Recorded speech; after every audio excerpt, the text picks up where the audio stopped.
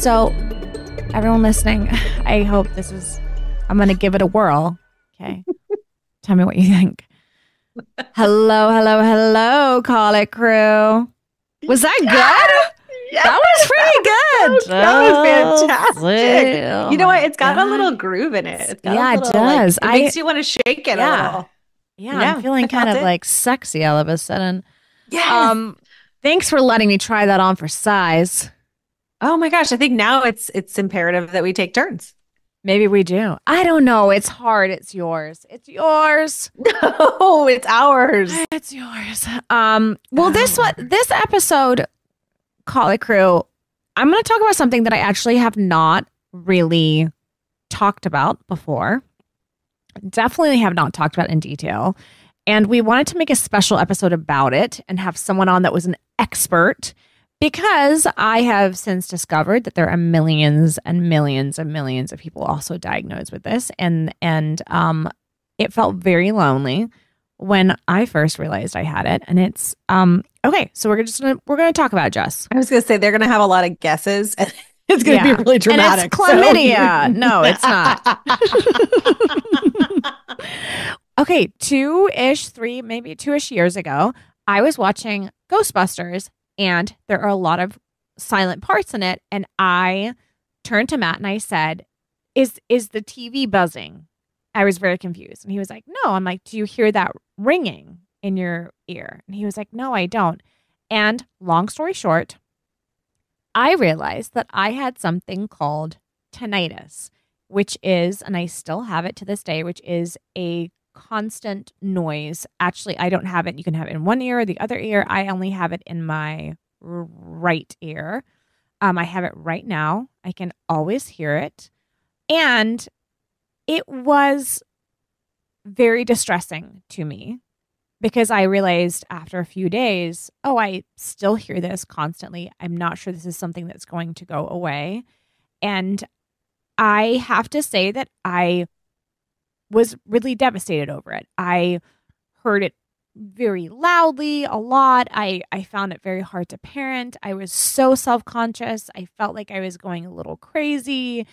And I ended up doing a hearing test and finding out that I also had some hearing loss. Apparently, I have the hearing of someone who is more like 60 years old, and found that news very distressing. And then I was told that tinnitus could be caused by some sort of hearing loss. Right now, I don't need a hearing aid, although I'm sure I may need one at some point, maybe in my 40s. And I'm going to rock that, by the way, everyone. But that it could also be caused by a tumor. So I had to go for an MRI. It was a whole thing where they had to make sure that I didn't have a tumor. And I did not have a tumor on my scan. And then I had to learn that this was something that wasn't going to go away, and I had to live with it. And it's taken me some time.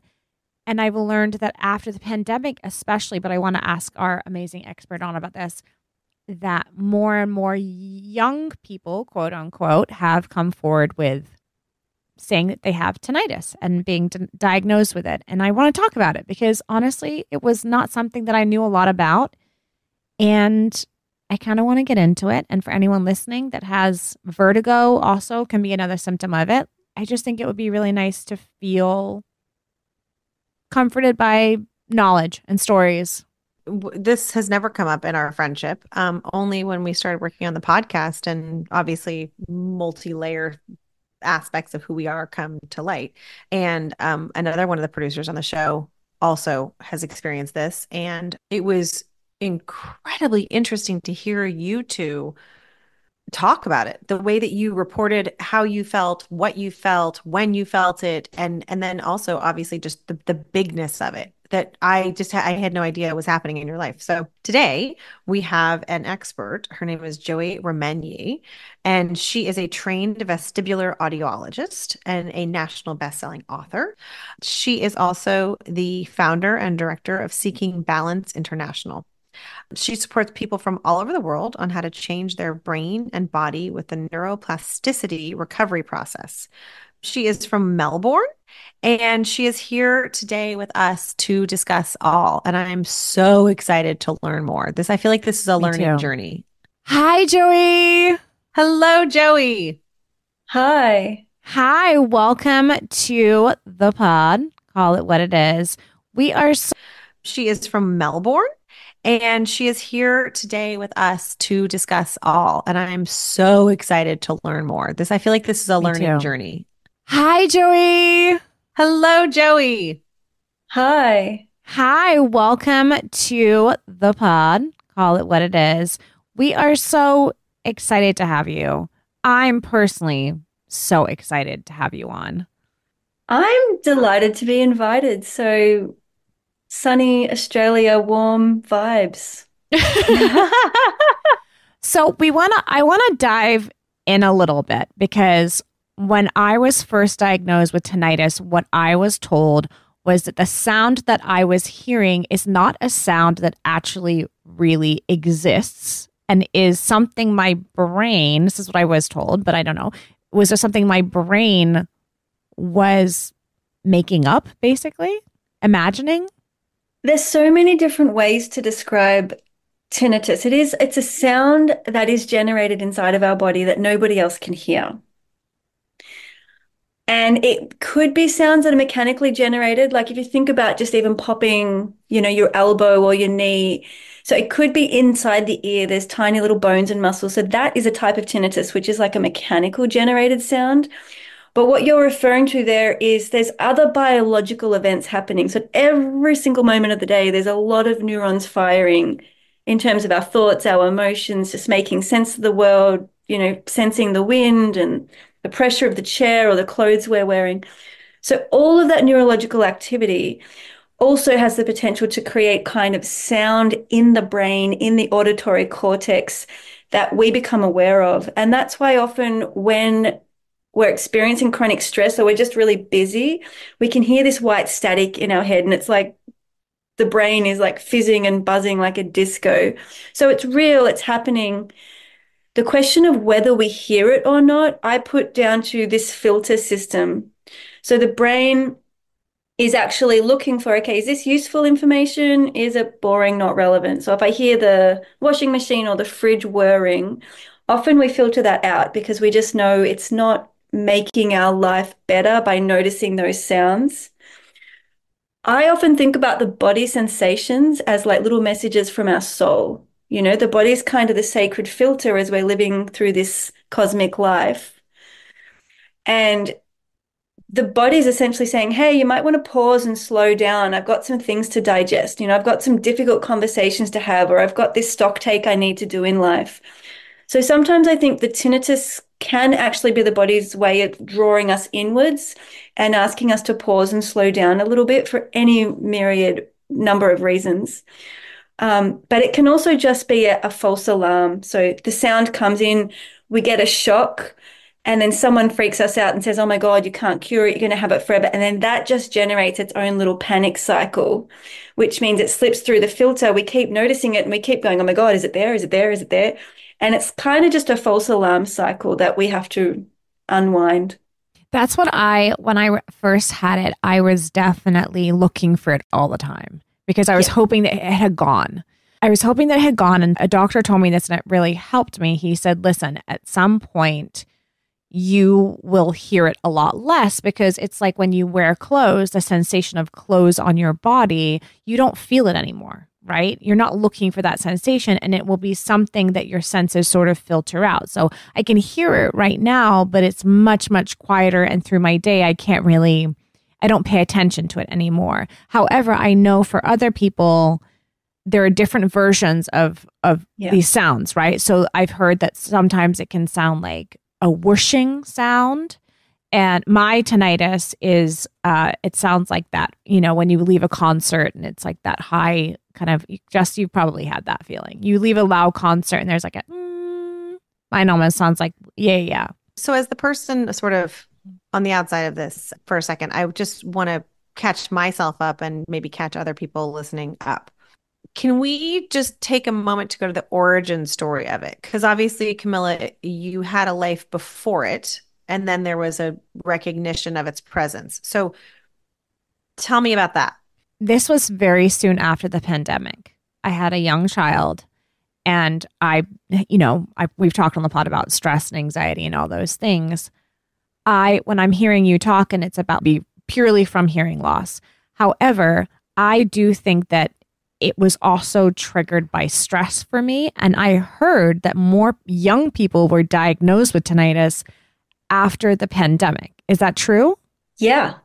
There's so many factors at play, but yes, and also chronic dizziness, which is the other. So these are both invisible symptoms generated from the inner ear. So that's kind of my geeky realm.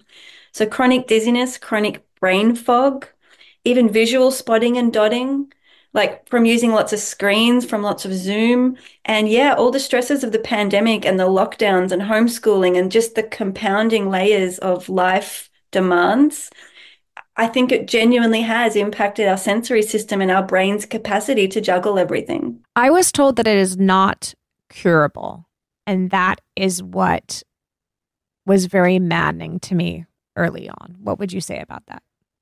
Oh, I can actually feel my blood boiling. Like, this is why I have Seeking Balance and do what I do, because it's unfair to say that. It's not true. It's inaccurate. As these beautiful biological beings that we are constantly in dynamic change. Like we literally have cells dying and replenishing on 3, 7, 10-day cycles. We are being remade all the time and reborn. So nothing is static, nothing is forever. And the sounds that our body makes and the way we interpret them is such a dance. It is such a maneuverable, beautiful dance that we participate in. So if I concentrate on my tinnitus all the time, if I worry about it, if I focus on it, if I pay attention to it, my brain actually says, okay, team, Joey's really interested in this. She's studying it all the time. She's talking about it. She's thinking about it. So let's give her more neurological attention to this sound. We'll give her more neurons, we'll give her more and then she'll be able to better study it. So I'm actually participating in the tinnitus sound by directing all of that focus and attention. And I get that biological dance. It responds to me and gives me more. I've had tinnitus, by the way, so I get it. On the other hand, what I do with my Rocksteady community and people who are using neuroplasticity and this holistic way of approaching it is that we understand that, okay, the body's talking to me, but it's usually not about the tinnitus itself. You can think about it like the smoke and the fire. So if your house is on fire and you're just obsessed about the smoke, you miss the fire. So underneath the tinnitus is usually a conversation which could be, am I actually getting enough time to myself? Am I prioritizing everybody else's needs and I'm falling way back second? Am I just the cook? Am I the taxi? Am I in the right job? Am I in the right marriage? So sometimes it's about really pausing and saying, am I actually getting my physical, mental, emotional, spiritual needs met? And even more importantly, do I know what brings me enjoyment and pleasure? Am I actually telling my brain, hey, focus on all those moments I feel grounded? Because if I'm very much paying attention to my feet and my pelvis and dropping into what feels nice and comfortable, I get more of that neurological activity. So I'm shaping my internal experience of the day by how I'm in communication with my body. So this mind-body, very intimate connection. On a side note, the mind-body is essentially the one thing. There is no disconnect. So yeah, it's about really participating in how we are shaping and crafting the interior landscape of our mind-body neurology. So building these sensory maps is exactly what I do for a living. So yes, it's changeable. I don't actually think tinnitus needs a cure. I think it comes and goes at the perfect time for us in life, and it's not actually a disease or a diagnosis per se. I would say it's more of a healthy biological event. I found it so distressing that if somebody had told me, try not to concentrate on that, it was all that it felt like a vicious cycle of like, don't concentrate on that. Now you're hearing it. Now you're making it worse. Your approach to it, I'm sure you can't go through it all, obviously, on just a podcast. But what are some of the first things you do to help people with it? Yeah. Well, first and foremost, honestly, I think it's important to freak out and focus on it and actually go through that rite of passage, because in essence, we all do that. All of us, me too. So just to really acknowledge and honor that it's okay to focus on it, worry about it, all of that is a sign that I care about myself, that it's all coming back to well-being and self-care. So different people will spend shorter or longer amounts of time in that phase. Some people will literally spend 8 years, others a week, and they move through that really quickly and they're like, okay, what can I do? So the second bit would be actually get accurate information. Don't necessarily believe your doctors. What they were teaching us in university 20, 30, 40 years ago is different to what we know today. So there are myths. What are some of those myths that you could that you can't cure it? Okay. Tinnitus is not necessarily associated with hearing loss. You can have tinnitus and absolutely perfect hearing. Okay. You can have terrible hearing loss and no tinnitus. They're independent events. If the tinnitus is from hearing loss, though, can it still be cured? Yes. The tinnitus itself is a neurological signal. So your neurons have got these little fingertips that are sending electrochemicals along these neural pathways literally through your body and brain. It's not just the brain, it's not just the ears, it's the entire system. And one of those neural patterns or neural maps is generating a sound. And what happens is when we change our relationship to the sound, which is part of the Rocksteady process I walk people through, and it's not straightforward, it's the full package, physical, mental, emotional, spiritual. It takes time, it takes work. But as we change our relationship to that neural map, we can essentially make it louder or make it softer. And we're in the driver's seat. So Right now, I can actually tune into my tinnitus and if I want to hear it, I can, or I cannot. So I begin to actually be the queen of my kingdom, and I'm choosing how I shape the internal landscape. So a lot of it's about getting that accurate information about what is it? How am I participating in what's going on between my brain and body? And where do I have choice? And where do I actually have to surrender because there's nothing I can do? So the letting go and the surrender is certainly equally important. We can't control it all. I know from reading that some people have it so loud. I've heard that it sounds almost like a jet taking off. Yeah. So for the people that have it that loud, that extreme all the time, because it's not how mine has manifested, are you able to help people that have had it that extreme? Yes, the answer is yes. And part of it is we need to get back into the body, right? If we focus heavily on whatever's going on between the ears, we do end up keeping ourselves in a nervous system state of fight, flight, freeze, or fawn. So we end up in this trauma looping. And from that place, it's really hard to use neuroplasticity to disengage the tinnitus signal and build a new map. So getting into the body and body scanning is really, really primal. We have to get back into our feet, into our legs, into our pelvis, and essentially move the attention and focus away from above the shoulders. So that can be really, really nourishing and supportive, especially if people do have significant traumas. And the tinnitus is like a byproduct of that. So getting back into the body is really important. So that was what we call bottom-up therapies, sensing and feeling in the body itself. Top-down aspects is when we go, okay, so I have a lived example of this. I had a really, really busy day. I think it was pre-Christmas shopping, came home, just crashed out on the couch and was like, whoa, super loud tinnitus, 9 out of 10. And it sounded like I was hiking in Tasmania in this incredible forest, and I'd found a little tin shed, and there was really, really, really strong rain, really heavy rain. And I'm in a tiny shed. The rain is pounding down on this corrugated tin iron roof, and it's extremely loud. So the top-down process there was, rather than freak out, I lay on the couch and visualized hiking and being in the sanctuary of this little tin shed while there's a torrential downpour. So what that means is I had emotionally associated the sound with a nature hike and a sanctuary and a pause. And so with that emotional association with the actual sound, I'm not pushing it away. I'm not trying to get rid of it. I'm actually welcoming it in and creating a creative, imaginal space where my body has a place for it. So it's like it's bringing in that sense of, okay, this sound belongs here right now. And before you know it, you're off daydreaming, you forget about it, and it just fizzles into the background. So we have these skills and tools that we can start to employ and use once we're not really, really lodged in that place between the ears and the midbrain, where we're stuck in the fight, flight, freeze, fawn trauma patterns. That's a really, really difficult place to be.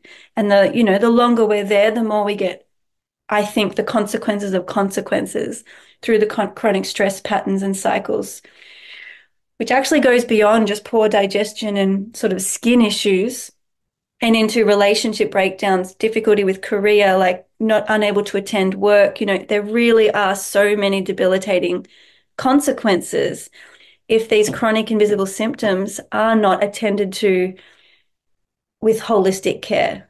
It's not just about the ears, and people are not making it up. They are real neural signals that need real neural support.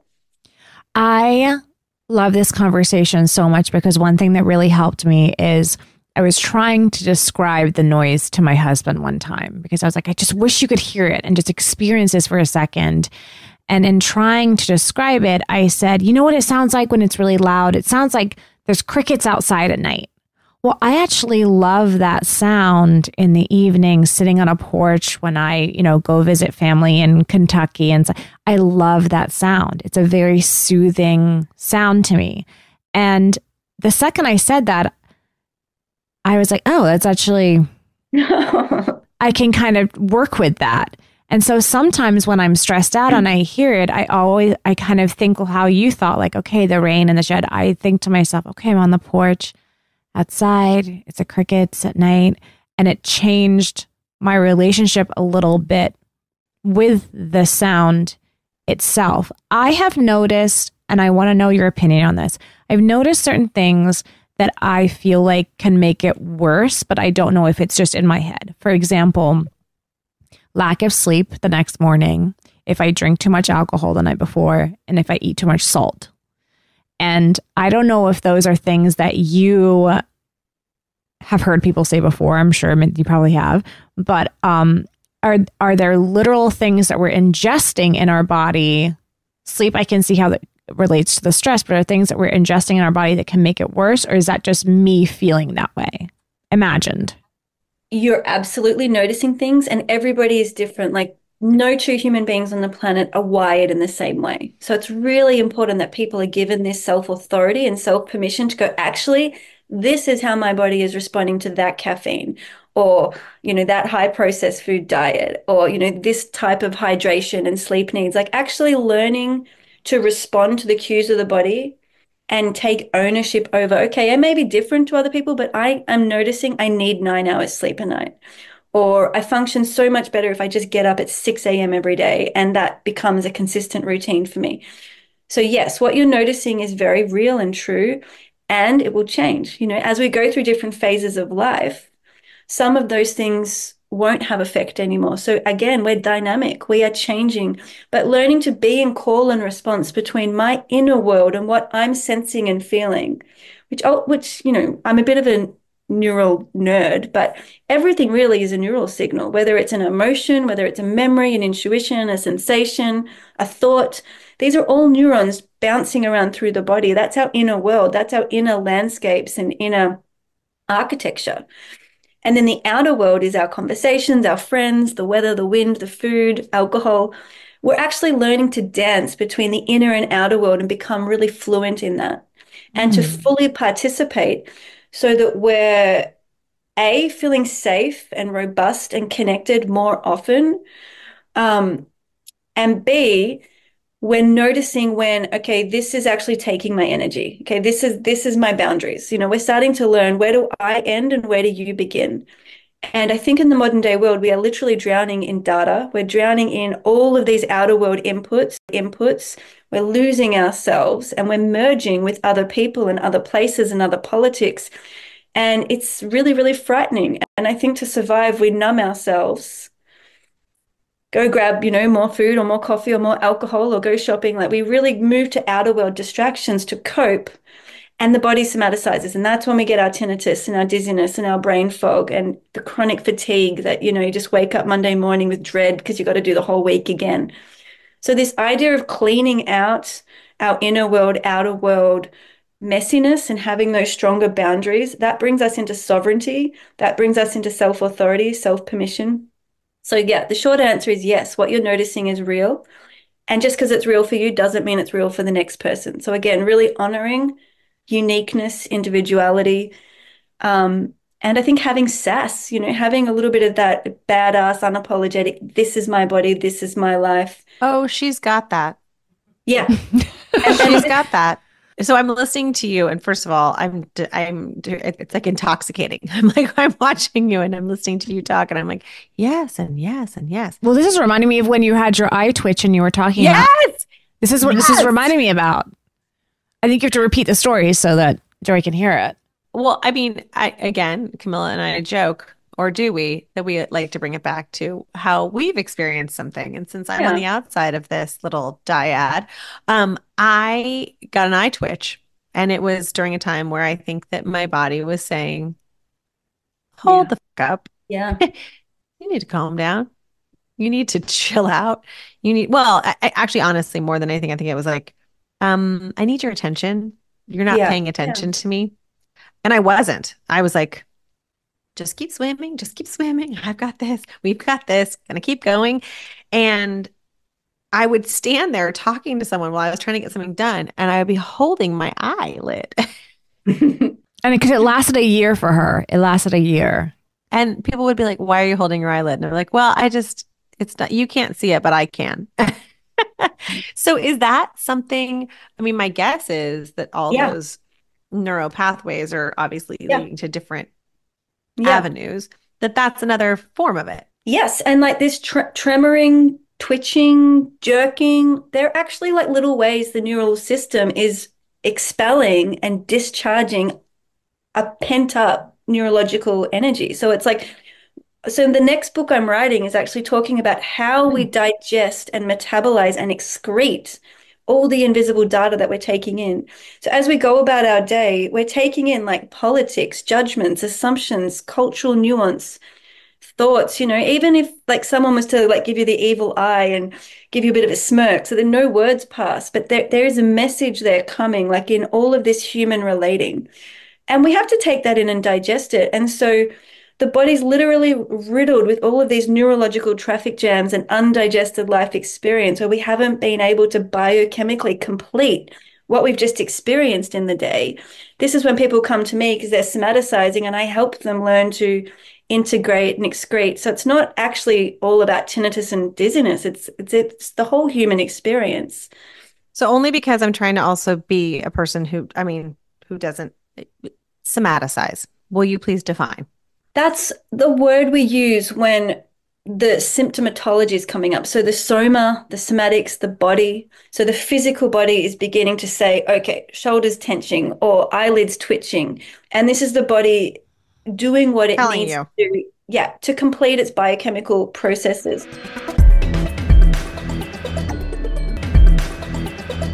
So in my experience, my body has told me things that my mind hasn't. So for me, a somatic response would be, I've talked about this before, when I'm in a difficult conversation, when I'm nervous, when I'm just feeling challenged on some level, I can instantly feel my body temperature rise, and I get armpit sweat. Super cute. I know. It's charming. It's a really lovely part of me. You can all just imagine me with my armpit sweat rings right now, but I instantly start sweating. And it's how I know, because sometimes my mind is like, again, just keep swimming. You've got this. I skew optimistic. I've dealt with a lot in my life. I've kept going. I know I can, or at least I believe I can. I think, and therefore I am. But my body, so it's actually a weird. Obviously, it's like an inverse of some people's challenge. Some people are like, I can't do it. I can't do it. I can't do it. I'm like, I can do it. And then my body is like, nope, nope, something's wrong. Let's just white knuckle through it and make it happen. But the body's giving us that feedback loop, the biofeedback loop. And, I just think you can't do life wrong. It's not even about, I don't know, tuning in. And it's funny because we've been talking about, not that a tremor is painful, but that there are these ways that our body experiences pain or discomfort, and it's actually got purpose. It's a signal. Yeah. It's letting you know. Exactly. I would say every single thought, sensation, story, intuition, image, all of it. I think all of it has its place. And I really encourage people and teach people to pause as often as they can, body scan, and actually take notice of what's going on in my body, multiple times a day. And I call that collecting the warm data. Like inside your body is the warm data that is giving you that feedback. It's like the dashboard of your car, it's always available to you. And then the cold data is from outside of us. That's the outside looking in. That's your test results, your blood tests, your MRI scans. That's all the cold data. The warm data is that intuitive data that's in the body, and we sense it and feel it. And we get better and better and better at that with practice and support. And in the beginning, we're just like, oh my God, it's overwhelming. I can't make sense of anything inside of me. But it does honestly become much more fluid and fluent. One of the things I was told right at the very beginning was to have white noise on in every room so I could start to sort of tune it out. Is that something that you would recommend for people listening? What I'm just thinking, because why I'm asking is it would be much easier for me now to go through a program that helps me. In the beginning, it was so distressing. My anxiety about it was so bad that it felt disoriented. And, yes. It's just, I couldn't even hear my children. Even though they were talking and I could hear them, I couldn't, that's the only thing I could hear. What is something initially you would recommend to help someone sort of center themselves that you've seen work? Oh, 100%. Well, the body scan for sure, if they're capable of that. Getting out in nature, also really, really supportive and useful on so many levels. But out and about around the house, I mean, any kind of noise, if you want to use white noise, pink noise, whatever, go for it. But I wouldn't use it to drown out the tinnitus, because what that's doing is teaching the brain, hey, brain, we have a problem, focus on it, get rid of it. I talk about this in my book, Rock Steady. The more we focus on the tinnitus as a problem, the more we neurologically exacerbate it, which keeps the perpetuated symptom loop. So what I say to people is there's nothing wrong with using noise. But just think about, what's my motivation? If I put on my favorite playlist, like listening to your podcast, or, all this fun music to match my mood, maybe I'm sad and I want to listen to blues music or Willie Nelson. Maybe I want to dance, so I put on some Latin music. When I'm choosing the music, which is still going to drown out the tinnitus, but when I'm choosing the playlist to get me in an emotional state that's coming from a place of desire, pleasure, moving, music to cook to. Yeah. I'm actually achieving the same purpose of shifting the neural activity away from the tinnitus, but it's not coming from getting rid of it. It's coming from moving toward the desire to feel my body dance and move, to be emotionally connected. So I think a lot of modern day therapies and tinnitus retraining techniques, they kind of miss the juicy importance of bringing the emotional body along, because we can't just look at the physical. You're looking at the whole person, actually. You can't just look at the thoughts, or just look at the emotions, or just look at the sound. We have to look at the whole person and say, okay, how can we best participate in these neural maps? And it's going to be everything from body position to the mindset and the thoughts, to meaningfully addressing and meeting the fears that are alive in that moment. We have to digest and process the fears, or the fears take over. And then the missing piece, which I really talk about at length in my Rock Steady book, is, what do I desire to feel? Because they're the neural pathways I need to start focusing on. And if I want to feel connected, juicy, playful, free, maybe I have a playlist that takes me on that journey and I can groove to the music. And then I'm really firing the neurons, and actually has nothing to do with the tinnitus. So again, that's the smoke, not the fire. Oh, I love that analogy. I think even the knowledge that something can be done about it, because when you have it and you go to a doctor and you say, this is so distressing, it feels very isolating initially, and I felt very lonely, because I felt like I am the only one that can hear this. Nobody else can. I felt very alone. I think just the knowledge, if someone had just said to me, hey, there's actually a way to cure this, is what you're saying, right? Yep. I think I would have gotten over hearing it so loudly a lot quicker. I think the hopelessness comes from people saying there's nothing to be done. And so that's why I feel like this is so exciting And I hope anyone listening, because the more I said, oh, I have this, I was shocked at how many people around me were like, oh, yeah, I have that too. It's 1 in 3 people. It's a lot. Not everybody has it to psychologically distressing levels, but some people are debilitated and suicidal. And there are Yes. so many people who literally their lives are saved when they enter the Rocksteady process because they get their life back. It's that dark. I found that distressing too. I found it very triggering to know that some people had ended their own lives over it, because I thought, God, what if it gets that bad one day? Because I understood that mine wasn't the worst that it could be. I've heard the sort of noises that other people hear, sounds other people hear, and it was unimaginable to me. There's quite a few people that have written in. So Yeah. I would love to read some of their questions if that works for everyone. Yeah. I would love to. And can I just add here, if you are listening and you're really in that difficult, alone place, on my website, there are heaps of case studies of people who have gone through it and they've gone through the dark soul of the night. They're on the other side. And I think there's a lot of companionship in engaging with real life stories where you're getting it. We want to recondition ourselves to believe in the body and to really participate in the process and not feel like we're just passive victims and life's being thrown upon us. So yeah, the case studies are powerful. And my book, also Rocksteady, has a lot of myth busting and useful, supportive tricks and ideas and home practices that you can try straight away. And also we will make sure this is in all of our online for everybody, but can you just say what your website is? It's seekingbalance.com.au. Okay. Anne wrote in and she said, any quick and easy solutions for dizziness? Because I get dizzy very often.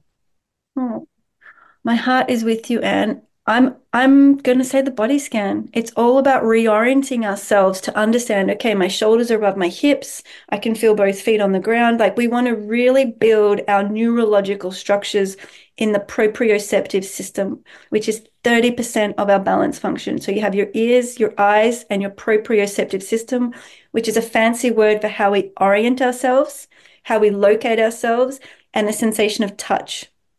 So when we're swaying side to side, our proprioceptive system is going, okay, left and right. And we hone that. We absolutely refine that function through practice. And my book, Rocksteady, has a lot of really simple practices that will help you with that. Okay, yes, because I know that vertigo is part of this. Anonymous wrote in and they said that they is constant itchy and cracking noises in the ear for months a cause of concern. My current doctor has been very dismissive and very agitated. Is that something that tinnitus can sound like? Can it sound like that? Yes. Oh, absolutely. And the itching too? Itching, going a bit laterally, but honestly, you can get dermatitis and like eczema in your ears. Oh. And so you can medically soothe that, or, olive oil is very safe to try in the ears, just a drop of olive oil, and just allow that to have a little bit of a lubrication and moisturizing effect. But honestly, psoriasis treatments, all of those things are still relevant. And try a different doctor if you're feeling dismissed, always. Yes. Okay. Advocating for yourself. Mm. So Kiki wrote in and said, for several years, if I sleep on any side besides my left, I get vertigo. Any suggestions on how to fix this? Well, BPPV, benign paroxysmal positional vertigo, is the technical term for the most common form of vertigo. I've actually had it twice. 1 in 4 people get it. So very common, and you can treat it. I talk about it in my book. You can Google it. And there's basically little calcium carbonate otoconia molecules. They call them crystals. And they live in the ears. They're healthy, but they can fall out of their little bedroom and start rolling around the ear. So if it's the right side that's getting dizzy, it might be the right ear that's affected. So what we do is we test and treat which ear, where the crystals are, and then we literally just roll them back. It's like less than 2 minutes, the treatment. And once you're treated for life. That's incredible. Wow. So it can come and go. Like I said, I've had it twice, but you can test and treat it literally on the spot. And in my Rocksteady program, I have a whole video tutorial where people do that themselves, because it's so debilitating. You can be like, I never ever want to go traveling ever again because I need to have my physiotherapist around the corner nearby in case the crystals come out. So it's really debilitating. But once you have this education that, okay, I can test and treat myself, I can literally do that in my hotel in Thailand. So really important to get that kind of basic stuff covered because you don't have to live with it, and many people do. My friend also has been diagnosed with tinnitus. He wants to know if your treatment, because this is what I would keep reading when I would Google it, is part of it to do with listening to different frequencies? Because I've heard that that's something that people sometimes they treat tinnitus with that, although it doesn't necessarily sound like it's a curing it. Yeah, look, I think we're really trained to look outside of ourselves for answers, to distract, to numb, to ignore, to medicate. And I think some of these fancy devices, I don't recommend them, but I also don't not recommend them. So it's like, you know yourself, if you love gadgets and devices, it lights you up, it makes you excited, go for it in all that frequency matching because stuff. You're getting that feeling internally, and that's really maybe what that is. Yeah, it's an emotional yearning for like, I really want that Inspector Gadget watch, and this makes me feel like I'm an avatar. So it's like different strokes for different folks. But me, I would go music. I would go the full spectrum of frequencies. I would let myself be really flooded with music that I love rather than trying to isolate a frequency and really overly obsess about something very linear. I always go the non-linear. I always go the complex. Human beings are complex, and I think we need to meet complexity with complexity, not try and make tinnitus into some linear, simple, I have a splinter, get the tweezers, pull the splinter out. This is not what we're talking about. It's going to be non-linear. I love what you've said repeatedly, which is the body scan, because I do think, there's a whole book about the body knows the score. Your body doesn't forget all the things it's been through. It actually doesn't. Your mind actually has a different and more sophisticated coping system, but your body actually is a little more raw and remembers it all. This has been so incredibly, thank you so much, incredibly informative for me. Sitting on the outside, I could watch you guys and hear and listen to you, but thank you so much for spending this time with us. Thank you so much. Yes, and I actually did not know that statistic of 1 in 3. So I'm sure so many people listening will relate to this and be given hope. You're literally the first person I've heard that could ever feel like, wow, this is something that could fix. I love this. Well, and Camilla, you still have it, right? I can hear it right now because we're talking about it. I smell a part 2 between you two. I will happily have you on. Listeners, if you have more specific questions about this, please hit us in the comments, hit us in our DMs. I really deliberately have a neurodiversity and complexity affirming community because we're all so different, and so many of my participants have not been believed. It's heart-wrenching. And neurodivergences and all of these things matter. Like, we have to figure out, what brain am I born with? What body am I born with? How are they communicating? And how can I fully participate so I'm actually happy? Thank you so much for being Joy, on. we will have you back on. Pleasure. Yes. Thank you so much. This was so incredible. So much. Thank you. Okay. Bye. Bye. Bye. Have a great day. You too. I love that she joined us all the way from Australia. I want to end this podcast just by saying that Jess and I started this podcast to build community for people not to feel so alone. When I first had this, I felt so alone. I felt crazy. I felt like it was maddening. And I know this is a very specific topic that we are tackling today, but maybe you even know someone in your life that has it and you don't have it. Please give this podcast to them. It has meant so much to me just listening to this. It really felt hopeless for a long time. And this is very exciting. Very exciting. Yes. And obviously, when we bring on the professionals, when we bring on the doctors, when we bring on the people who study these things with their whole beings every single day, they have a different set of vocabulary. And I always love when I'm in a conversation when I hear a new word, because I'm like, write it down, look it up. So, she's clearly given us so many things to think about and so many different words and ways of seeing things. And I'm so excited to take my notes from today's podcast and double click and look some words up and Yeah. make sure that I understand all that she was talking about. And I have heard about body scans. It is definitely, it's not an actual scan, by the way. You don't go get it in a doctor's office. And I don't want to speak to it specifically because I don't know that I will describe it as it should be described, but it is definitely not a doctor's office visit. It is a body scan that you do with yourself.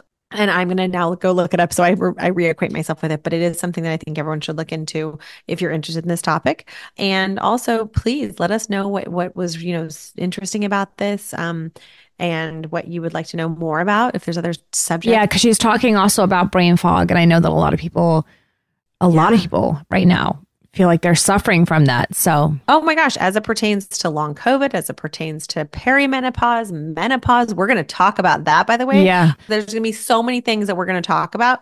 And often we're going to talk about the chit chat and the being together and all that. And then sometimes we're going to pull in these moments. And I would love to hear from you all and the crew, how you respond to it. If it's interesting, if it's like what would be a topic that you'd like to go do a deep dive into? And because we're so lucky. We have, incredible people that are really ready to come on and talk to us.